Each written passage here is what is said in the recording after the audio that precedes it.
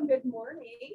Welcome to this session. My name is Tony Wood. I'm with the Montana Primary Care Association. And welcome to our telehealth delivery of diabetes prevention, management, and education services in Montana. And if you are tracking your continuing education credits, just remember to use your form and put a check mark by session D8. And that is really your only record for CEs if you are tracking them. And if you could please take a moment after the session to complete a session survey, you can find that located in your mobile app.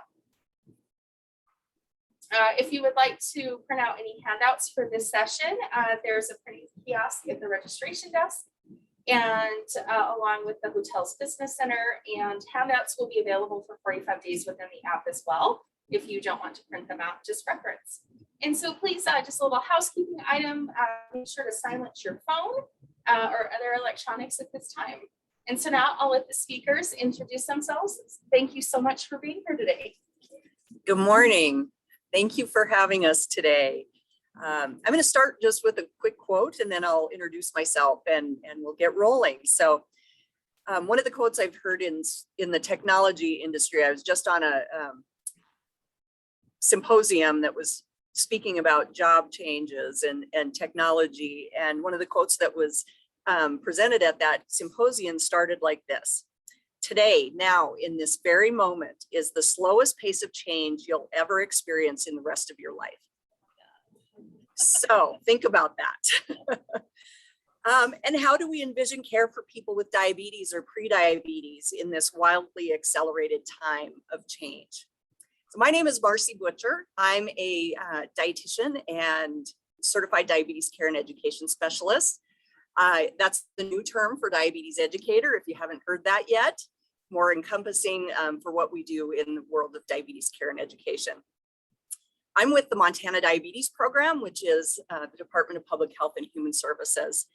And my role there is to help increase access to diabetes care and education services across Montana, increasing the number of diabetes programs, as well as helping to develop new diabetes care and education specialists. I'm so excited to visit with you today about diabetes care management and education, as well as diabetes prevention programs via telehealth. Telehealth during the pandemic has really had its moment, and it's been a really good way for diabetes care and education specialists to reach people with diabetes, both in their location as well as in their own personal health journeys. Looking to move the slide. Oh, not doing it.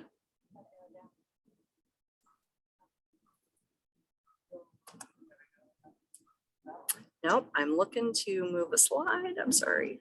Page down, page up. Good thing we're in a telehealth section with the telehealth person. Yep, there we go. Oh.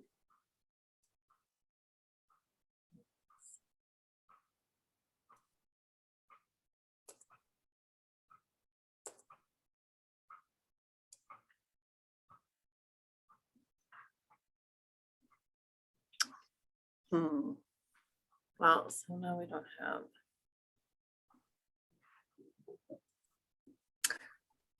Well, Come back from here. That's not what we want. Apologies. We'll figure it out. This is what we do every day with our patients. Okay. oh, okay, there we go. There We're we good. go. Okay. Nikki, thank you so much. So appreciate your help. All right, so we're going to start with this slide from HRSA that shows medically underserved areas across the country. And if you sort of gear in on Montana, many of our counties fall into that medically underserved category. Before the pandemic, telehealth was pretty much virtually just used in rural areas. Of course, now with the pandemic, we can reach people really where they're at despite their zip code. But really thinking about diabetes And these medically underserved areas, meaning for many of our communities in Montana, that's rural. So the 17% that's highlighted on your screen is the prevalence of diabetes in rural areas. And that's compared to 10%, which is nationally, the national prevalence roughly for diabetes. So diabetes is much more prevalent, and so is prediabetes in rural areas. And this is for a number of reasons, systemic barriers. And that includes limited access to diabetes education services. 62% of counties nationally do not have access to diabetes education services. So we know that our population in Montana is changing. And throughout the pandemic here in Montana, we have seen that what happened? I didn't touch anything. It's magically moving. We've seen Montana grow dramatically during the pandemic. A lot of people have moved to Montana, mostly in our western regions, which means a lot of our other areas of our state are either growing much more slowly or even declining in population. And what does that mean to healthcare? It means that those resources become more disparate. There's limited resources. Did it again? It did. Okay, we are going to just flip back and forth. So apologies up front for advancing slides magically. Anyway, telehealth is really one of those ways to address those barriers. It can help people access those when maybe they would forego that service or delay that service. Or if they had to travel, they'd spend a lot of money and a lot of time away from work, traveling to get to those services. So telehealth is really a way to increase accessibility of diabetes prevention and diabetes management and education services. I'm going to show you a couple of maps. And this one is particularly focused on diabetes self-management education programs in Montana. These maps are available on our Montana Diabetes Program website. And this one shows the locations of our diabetes self-management education sites across Montana. We have close to 60 sites in Montana that are served by nationally accredited or recognized programs. And that means that we've really developed programs across the state. In addition, we've got many Indian Health Service, tribal health programs, and urban Indian Health Center diabetes programs. So we've got a lot of access, but knowing Montana, we've got a lot of areas that still do not have access despite a lot of work in this realm. Here's our diabetes prevention story map showing the locations of our diabetes prevention on-site locations. There's about 23 locations across the state. What is the difference between the blue and the red dots? So the blue dots, and Melissa can maybe jump in to correct me if I'm wrong, but I think those are satellite locations. If I'm remembering the key right. Leslie, you think so? Yes. So main programs, and this is similar to the diabetes education programs, there might be a main program and they have either branch or satellite programs in other communities. So we've got quite a number of diabetes prevention programs in Montana, being one of the national leaders in the diabetes prevention world. So this map is also on our Montana Diabetes Program website. And this one actually is focused on drive time to these in-person locations. And this one's actually the DPP, but it gives sort of drive time so that you can have an idea as health organizations, as community members, to how long it takes to get to those in-person services, which means it also shows the gaps, right? So this map was developed by our GIS analyst and the Health Equity Work Group at DPHHS. And it's designed to really show gap areas and regions that need to be accessed by services such as telehealth. And it gives some planning ability to you. And if you have you can actually set up a free account and actually do a deeper dive into these maps and layers. So there's additional data in here that you can access. So it's some pretty cool resources from DPHHS. So implications for delivering DPP and DSMES. So of course, telehealth is an amazing resource in order to access people where they're at for reducing risks for type 2 diabetes and providing self-management resources. And these services are evidence-based and are shown to clinically improve outcomes. One of the things that we wanted to discuss, there's a difference between these services. Even though diabetes is a continuum, from risk for diabetes, pre-diabetes into diabetes and complications, the two different services are dramatically different. DPP is a year-long group-based intervention, lifestyle intervention service, whereas DSMES, while there's a lot of similarities in the content, it can be offered via group situations or individual settings, or a combination of both. And it's oftentimes based on what the payer structure for that service looks like. So for example, Medicare offers a benefit of 10 hours of initial or comprehensive education with 2 hours thereafter. And that can be structured mostly in groups or individual if that's more appropriate for that person. Definitely group-based classes increase cost effectiveness of delivering the service, as well as increases the reach. And Leslie will maybe talk about some of this, but oftentimes in the DPP classes, there might be a class in the same, in the room being taught, but as well as in another community on the screen. So it really increases reach as well as cost effectiveness of providing that service. And to sort of round out some of the comments about our rural communities and diabetes education and diabetes prevention opportunities, rural communities with that increased burden of diabetes and prediabetes, boy, that's a real opportunity to reach people with those health conditions. And, with 1 in 3 people having prediabetes in our country and 1 in 10 having diabetes, and the projection is by 2050, 1 in 3 people will have diabetes if the trend doesn't change. This is an incredibly important service and we need to get it out there. So with that increased burden, that's a real opportunity. Also with the increase and advances in diabetes treatments, as well as diabetes technology like continuous glucose monitors, being able to have that service provided via telehealth with that real-time patient data, what a cool opportunity to leverage that technology. Also, it promotes access to nationally accredited and recognized diabetes programs that provide a real high quality evidence-based service. And one of the keys that we found is that having, in addition to a provider champion, referral champion, we also need like a telehealth champion at these sites to help ensure that things go smoothly with that telehealth visit. And it provides an opportunity for networking and support for really high quality diabetes care, education, and prevention services across Montana. One of the things I wanted to highlight, and this is for the diabetes self-management education side of things at the diabetes program, we are actually funding sites to either develop telehealth or expand their telehealth services. So this data shows for diabetes programs that we funded from October of 2019 to 2020.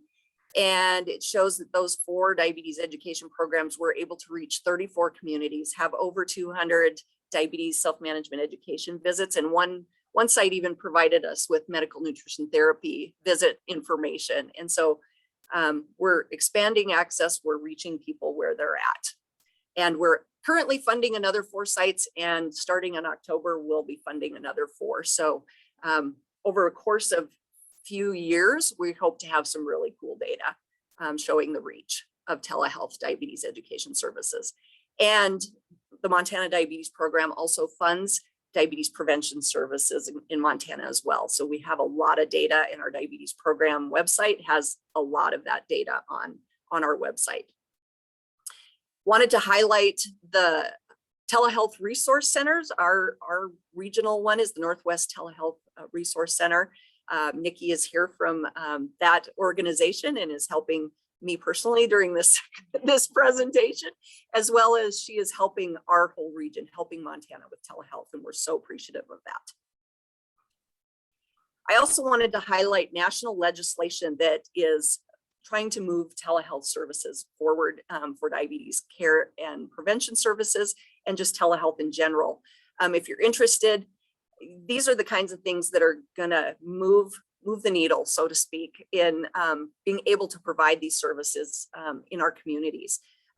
During the pandemic, some of those barriers inherent in the service have been removed. So we've been able to provide diabetes education at more locations and by more providers. And those are the things we're trying to help ensure in next legislation. So please take a look at legislation and support that. So the next, we're going to move to a couple of our health professionals here in Montana who are going to discuss their experience with providing telehealth services. And Dakota Bronick from Benefice Health Systems in Great Falls is going to talk first, but then she's going to hand it over to Leslie Coates.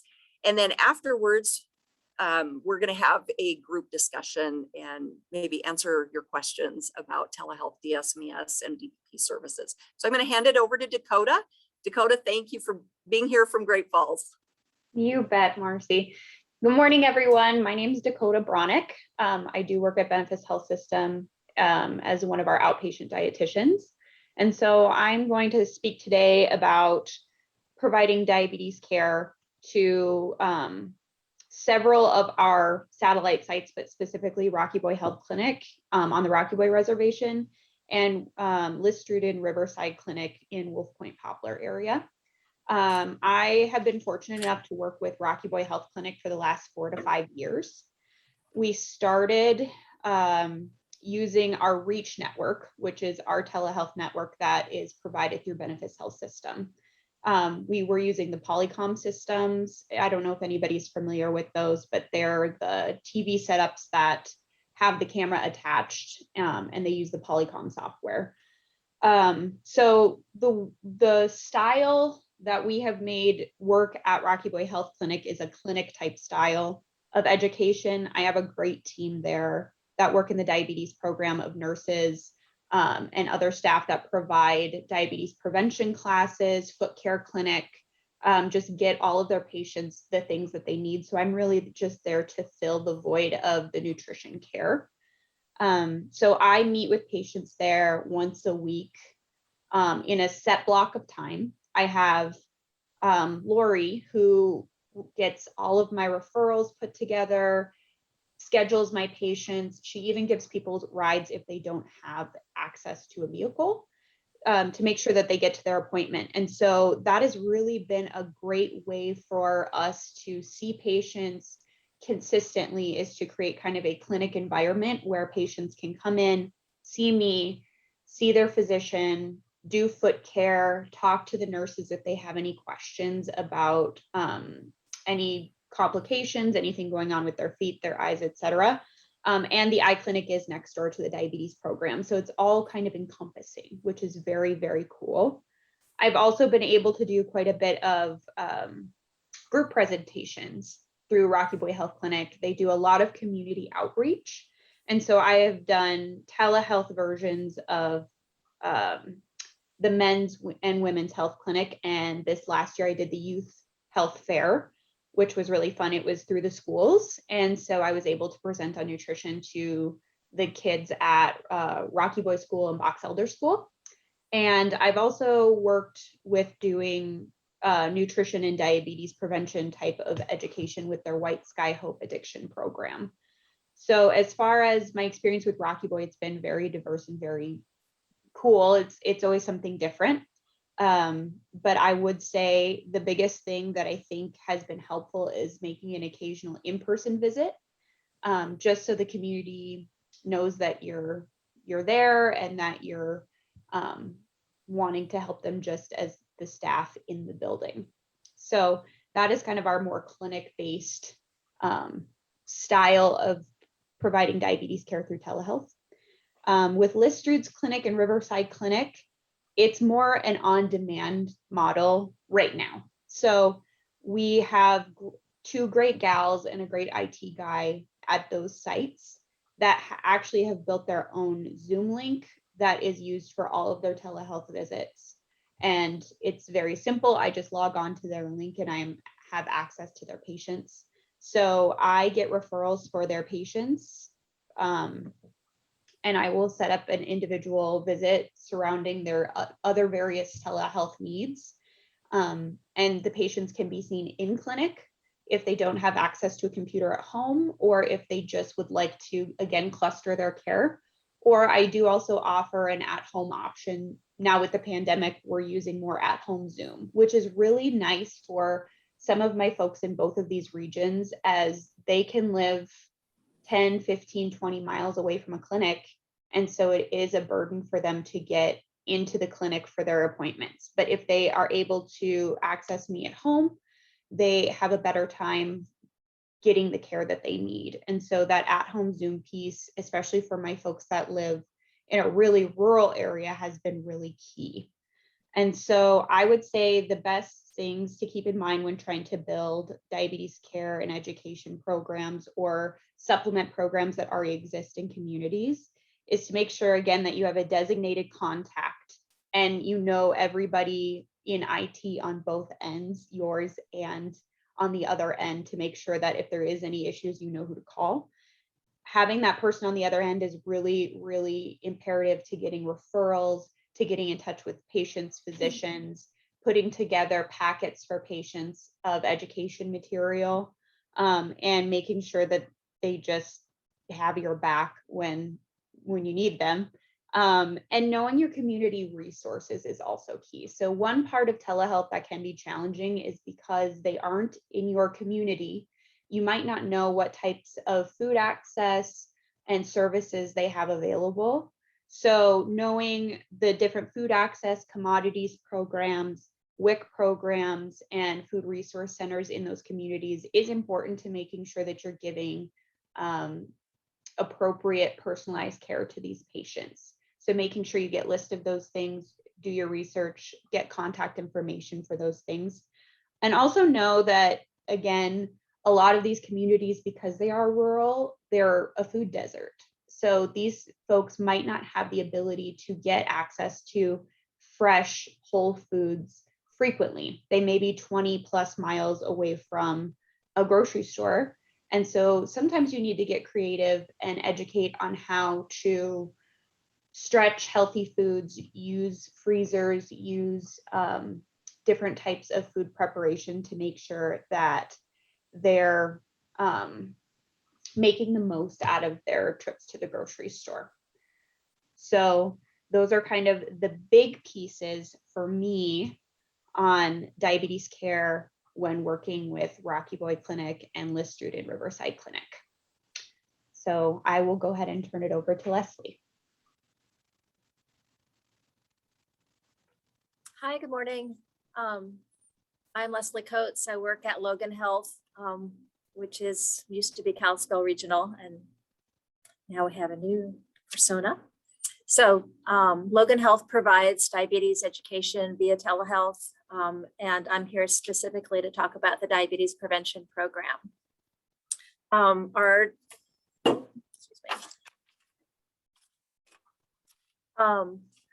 So with diabetes prevention, I was going to talk a little bit about how to get a program set up and kind of the tips and tricks that I've learned over the last few years.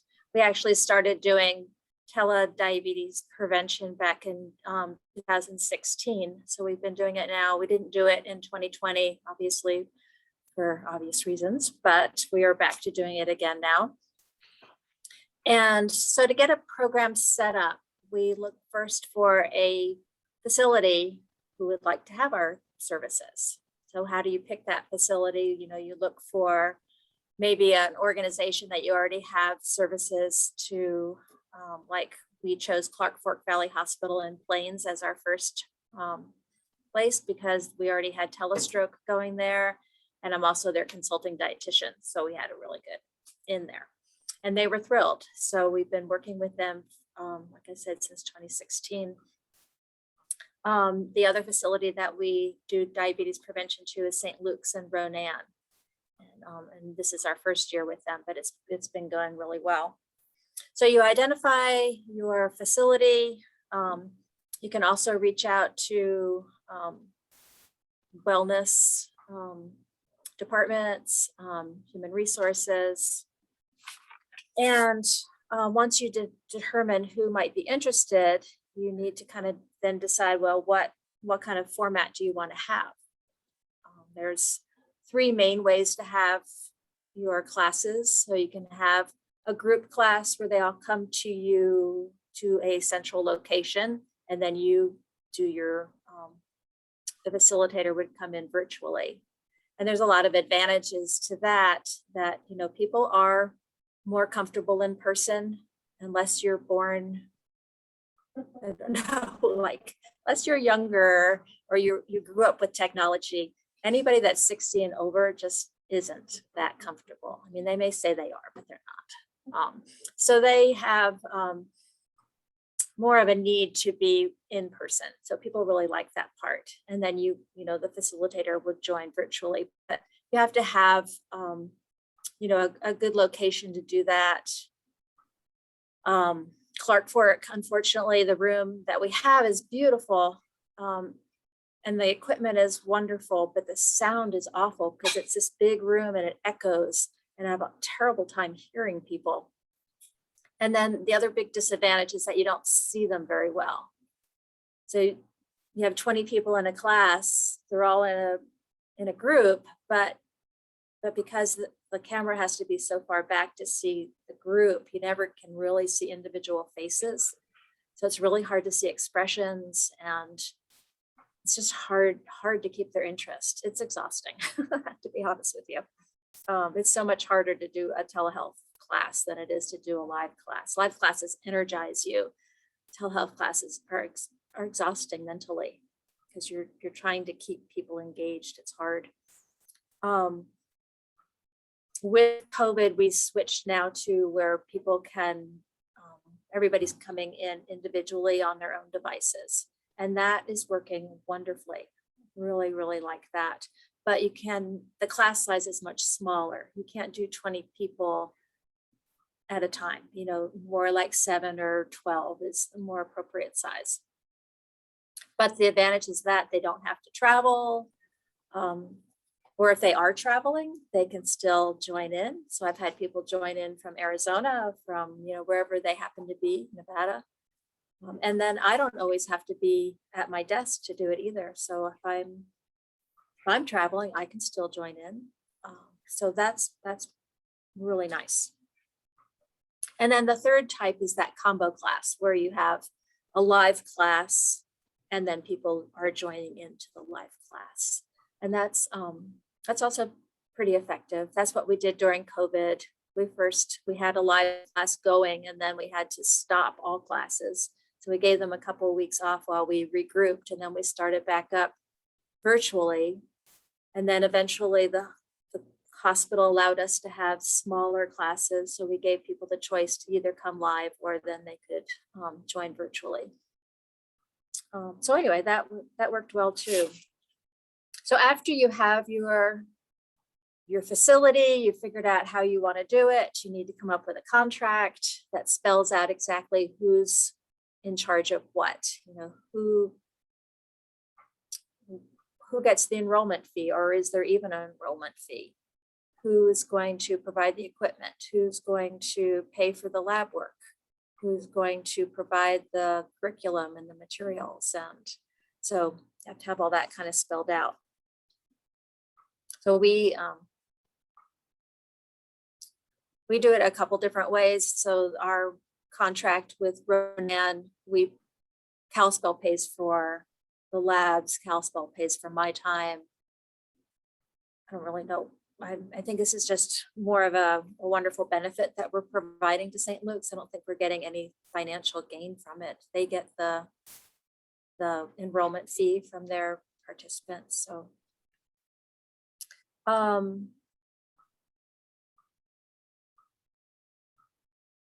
So after you have that set up, now we're ready to start recruiting people. And how do you recruit? Well, who's going to do the advertising? Who's your target? So you could look for, you know, employees or community, or maybe people that are only on Medicare, or people that are only on Medicaid, or people who have special needs. or a combination of all those people in a class. And then one thing that I really found helpful was to have a week 0 class. So before the program even starts, you actually meet the people in person. So I would travel to St. Luke's or travel to Plains and have the group come. And that way you really can build a better rapport. And you get to see, I mean, this is a weight loss program basically. And we're looking, you know, if I never see what they look like except for shoulders up, then how do I know, you know, what their needs are? So getting to know the people that way. We do, you know, weights and measurements during that time. Go over their initial lab work, give them their curriculum. So I think there's a big advantage to that. And they get a chance to ask questions and really learn what they're getting into, because it's a year-long commitment. We hate for people to quit halfway through, which happens, but you know, if they know what they're getting into ahead of time, the chances are less that they're willing to stop coming. So now you have your class up and going. So what are just some of the things that I've learned over the last few years to help? So I think that week 0 is super important for having, just to build that rapport. I also go down in person at the 6-month mark and at the very end. So that, again, I think that personal touch from meeting people up in front really helps. There's a wonderful resource that the Diabetes Training and Technical Assistance Center, DTAC, has called Common Ground, and it's a online platform for lifestyle coaches to ask questions, learn more, and they have a really nice section on telehealth delivery now. So that was really helpful. Do set ground rules with your participants, like remember that this is a class, this isn't a webinar. You don't like turn your camera off and eat your lunch and check, you know, balance your checkbook and check your emails while the class is going on. We want you participating. And then how do you get people to participate in a situation like that? A lot of people are very uncomfortable talking to their computer. Me too. So it's hard. So we want to, you know, you have to come up with ways to draw people out, and that just takes, you know, maybe just having them read the next section of the curriculum that, you know, the class that we're going over, or specifically targeting people. You know, Jane, what do you think about such and such? Or what are you doing for physical activity? Tell me how it's going. So that's a lot of that energy that you're trying to bring out. That's so exhausting. It's like trying to pull people in. So ground rules also, you know, they need to know how to mute their mic in case their phone rings, or grandkids are screaming in the background, or the dog is barking, or there's all sorts of, you know, things that happen when you're at home. I like to use the online food diaries whenever possible. So I encourage people to use my Fitness Pal to keep their food diary and make me their friend. If I'm their friend, then I can view their diary online, and they don't have to worry about mailing it to me or emailing it. So that's my preference. But of course, they can email their diary. They can take a photo of it and send it to me that way. Or some people prefer to mail it, and that's fine too. But another way to really keep them interested in the class is to be timely in responding to their food diaries and get it back to them quickly.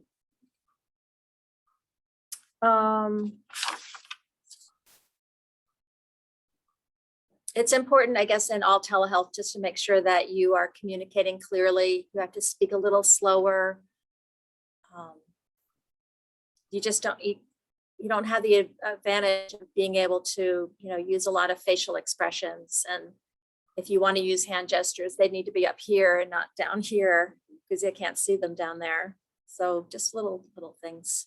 It's nice to be able to identify what their exercise options are ahead of time, if possible, so that they, you know, there is a requirement that they are active 150 minutes a week. So where can they do that, especially in the winter?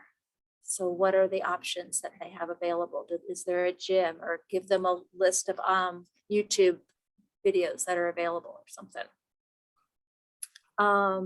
Another way for retention is to have some guest speakers. I love to have other dietitians come in and talk about like holiday food prep, or it's just the bummer part is that they don't get to taste anything. But at least we can give them recipes and do like a little food demo online, which is nice. Make the classes as fun as possible. You just want them to want to come back. And that's, it's sometimes really hard. Another thing that I've heard other people do, and I do sometimes, is just call people during the week, you know, once a week phone call or once every other week phone call, just a one-to-one time where you can really focus on their issues.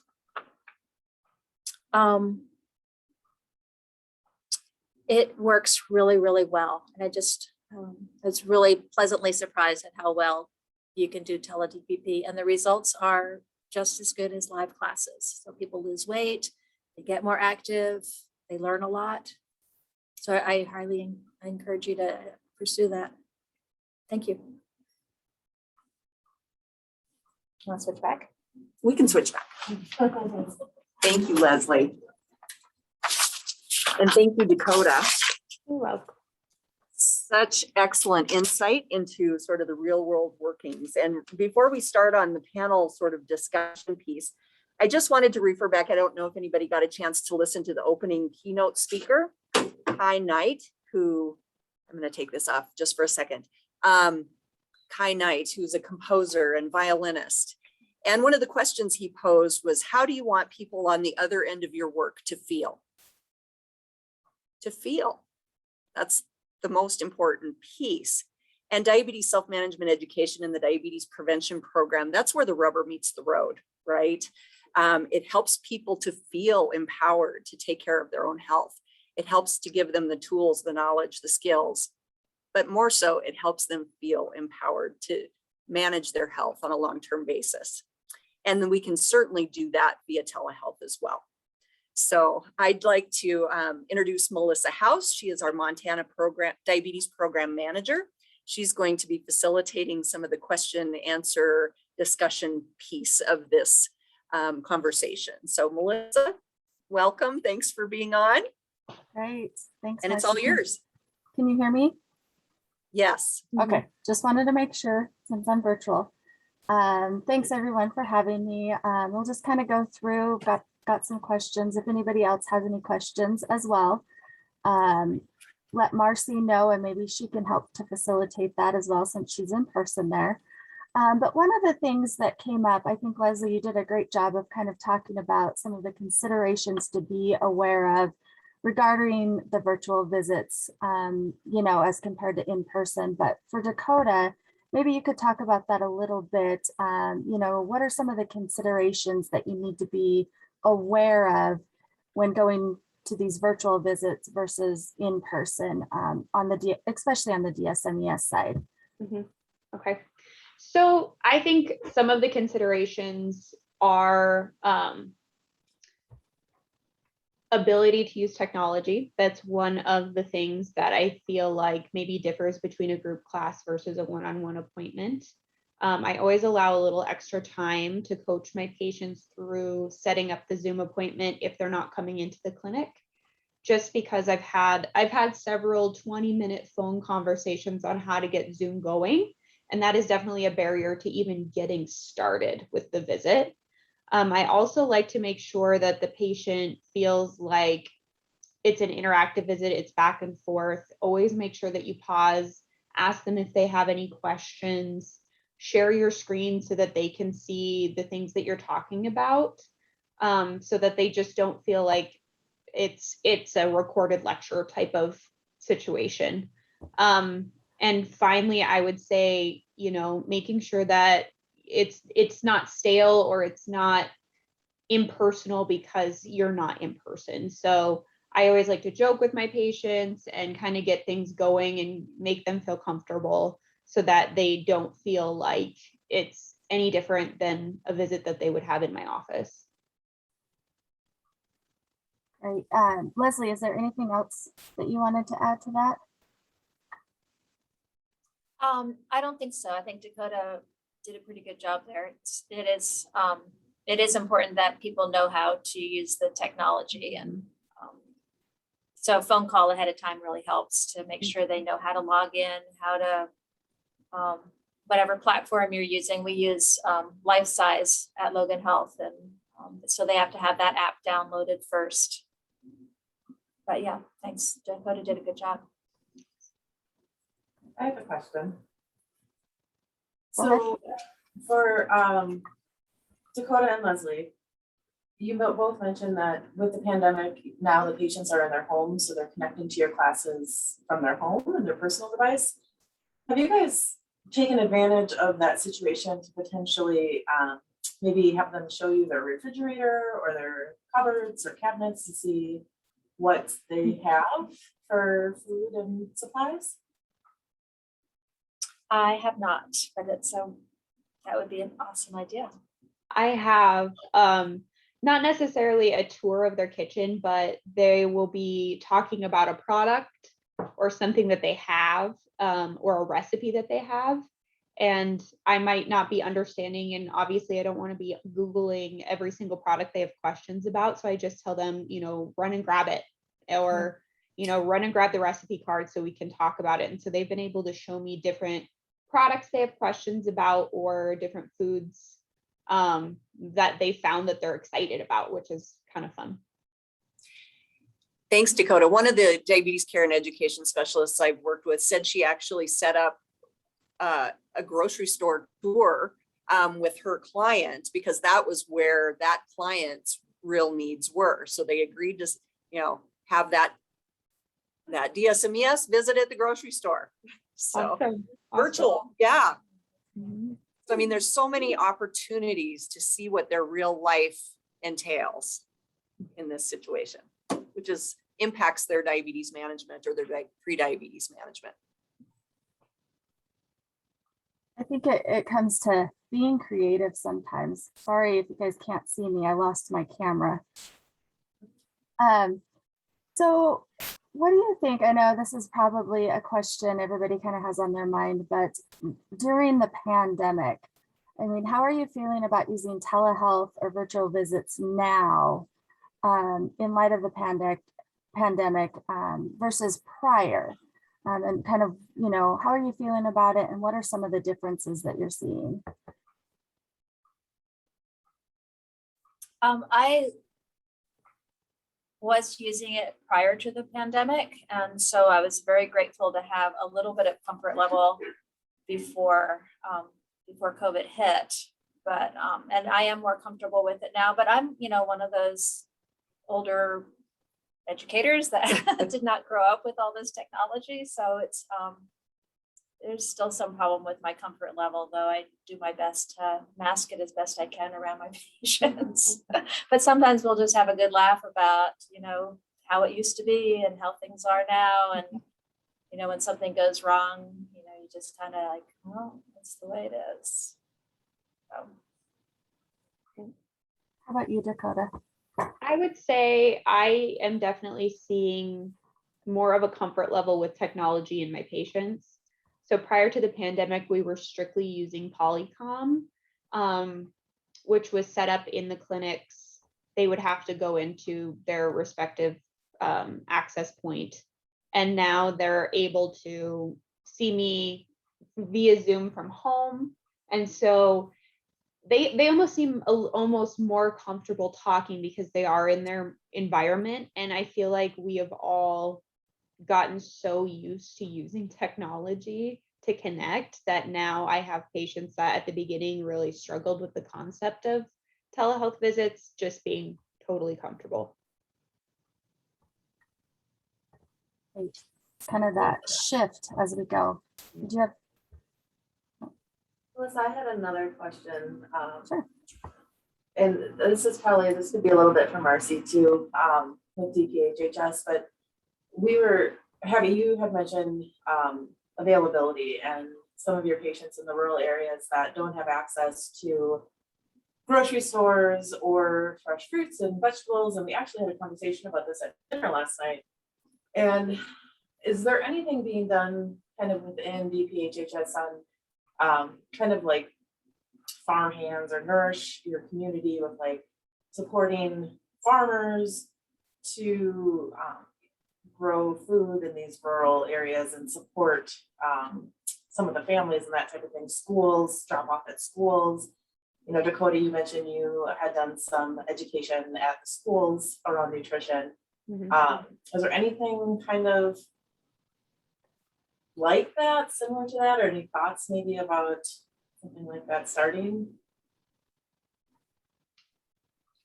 Yeah, you know, I don't know of any specifics. I know, you know, specifically here in Helena, they're doing a lot within the schools, not necessarily directly through us, but through some of the offices. There has been support, you know, making sure that kids have free meals right now, especially during the pandemic. And that is something that has continued as we went back to school. I know here in the diabetes program, you know, with all of our strategies and things that we're focusing on with our grants, we're really trying to make a big shift on social determinants of health and looking at that and really trying to use that as a way to connect people with resources. So, you know, working with the programs that we have to start looking at these things and identifying resources that may be available, you know, and doing a lot of work around that. I don't know, Marcy, is there anything else? Yeah, I'm glad you mentioned some of those things. So some of the things that come to my mind is that we do partner and have regular conversations with the Montana Food Bank Network, No Kid Hungry. In our Indigenous communities, there's a lot of work on, and Dakota can maybe elaborate much more on this than I can, but food sovereignty and native foods, as well as the development of school health clinics, you know, based in schools.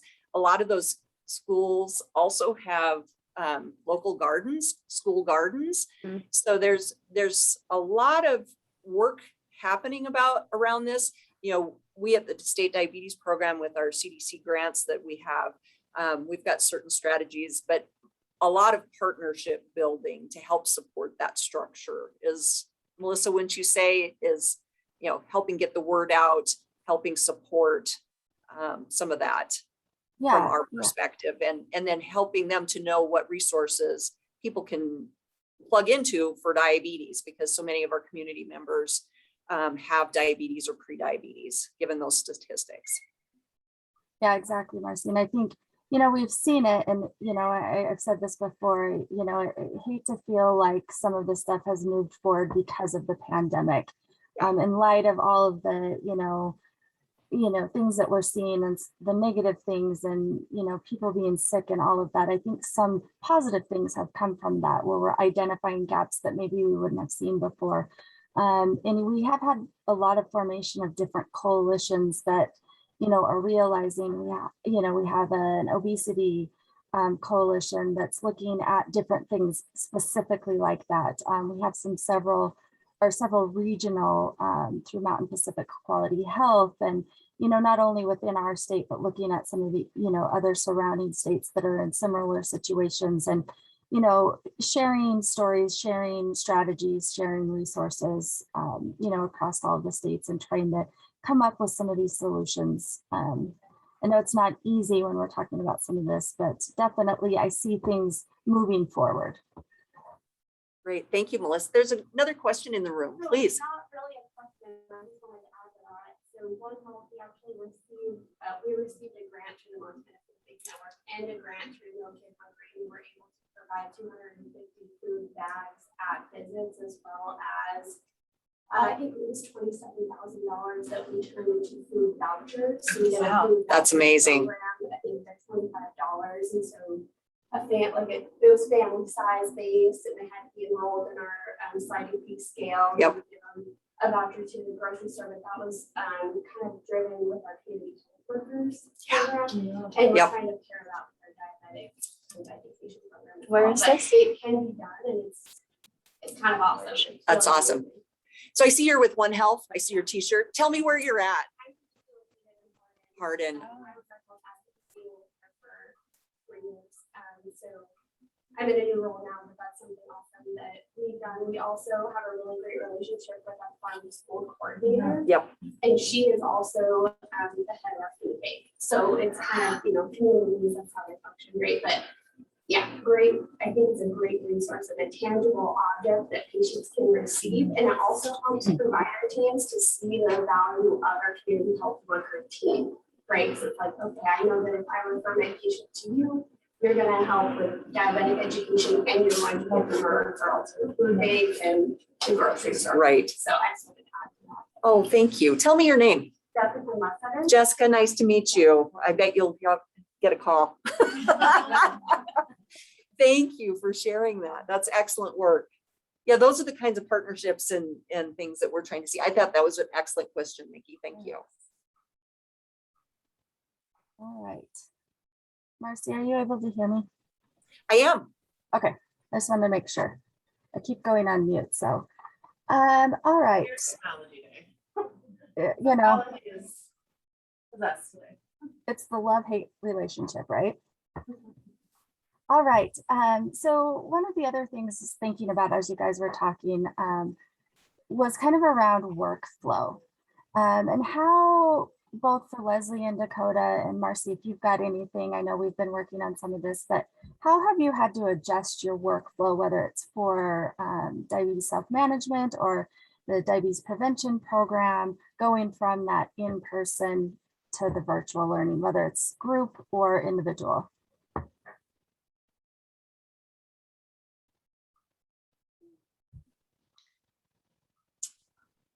Workflow. That's the piece. Have things changed? Have you adjusted to doing things via telehealth in your workflow, having to do prep work or preparing people for visits? Yeah, I would say that time, at least the first visit you have with a patient, to make sure that they know how to use the technology, that you can connect, that all of the pieces and parts work, you have to allow for that. But like with my Rocky Boy clinic, it's kind of a nice workflow because we connect with the clinic at 11 o'clock, and then I am just connected seeing patients just like I would in my own office until 1 o'clock. So there's no break in between. So it actually feels just like my normal workflow. Great. I find that people can't keep focused that long. So, what would normally be an hour visit probably turns into more like 40 minutes because you just don't have as much give and take going on. It's more streamlined.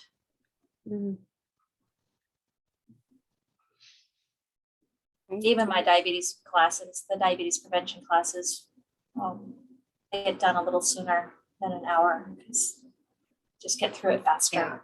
Yeah.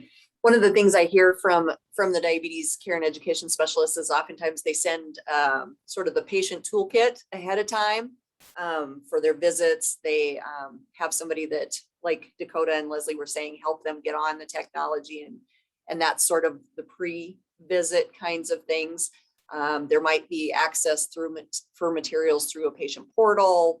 In diabetes care and education pieces, there's an assessment that has to happen. So you have to think about each of those steps of the diabetes self-management education process from A to Z and maybe adjust pieces so that they can be done in a little bit different way ahead of time so that you can use that focused time like Dakota and Leslie were saying with the person. And it oftentimes ends up being condensed because people's attention spans in this way are just not quite as long as they would be in person.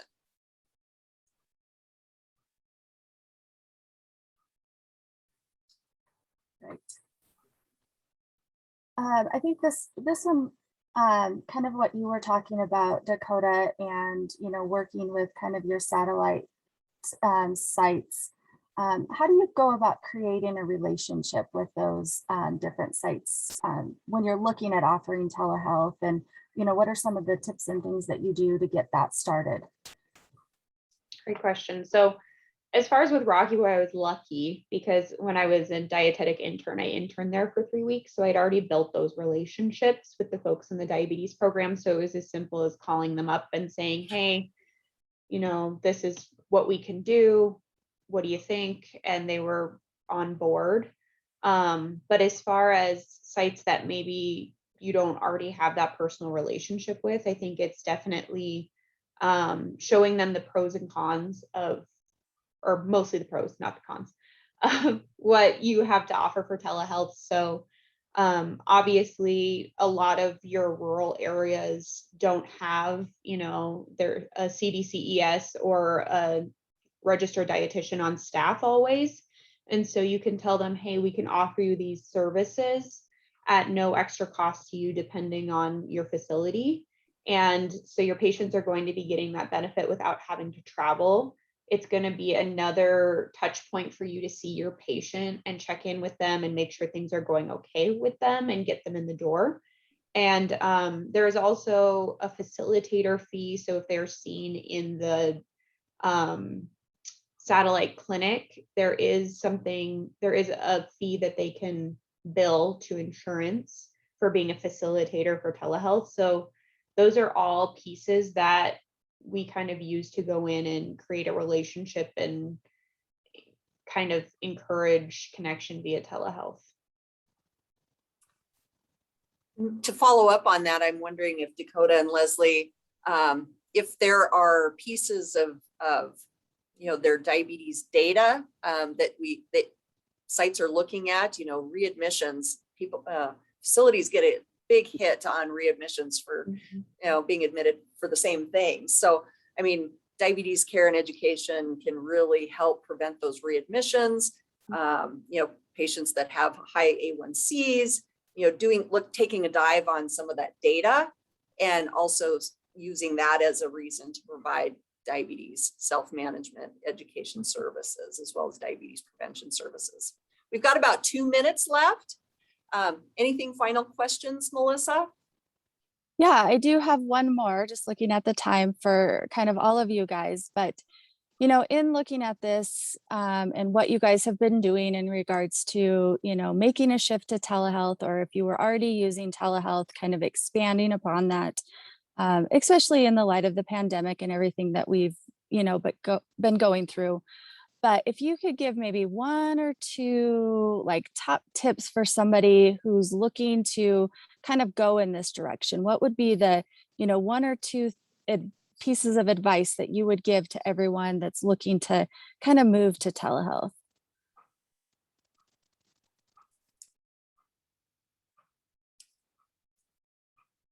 I would say number one thing for me has been having a good tech support team. So our guys who work in our telehealth department here at Benefice are awesome.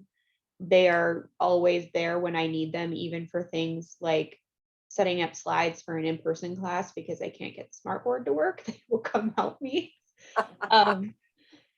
And having a good relationship with the folks on the other end, because they're the ones in the communities that know the patients that are part of the communities, and they're the ones that are going to be like your top selling point. So, in my Rocky Boy and Listrud and Riverside clinic, the people who help set up my appointments are really key in kind of connecting me with those patients.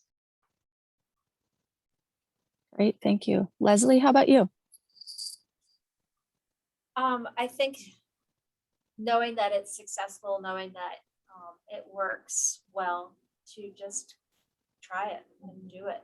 So you'll find it successful. And lose the fear factor. At least I had to lose the fear factor.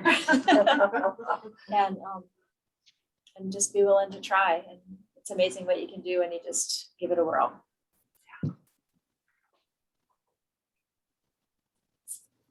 Great. These are great. You guys have any questions? I learned a lot. Thank you so much. Thank you. Montana Telehealth Alliance, and just really appreciate your time and sharing your knowledge and all of these awesome programs with us. Thank you. We just encourage you to continue to think about how you are envisioning diabetes care, education, and prevention services in this wildly changing time of that we're in the middle of. So telehealth, it certainly is an opportunity. Thank you very much. Thank you, ladies.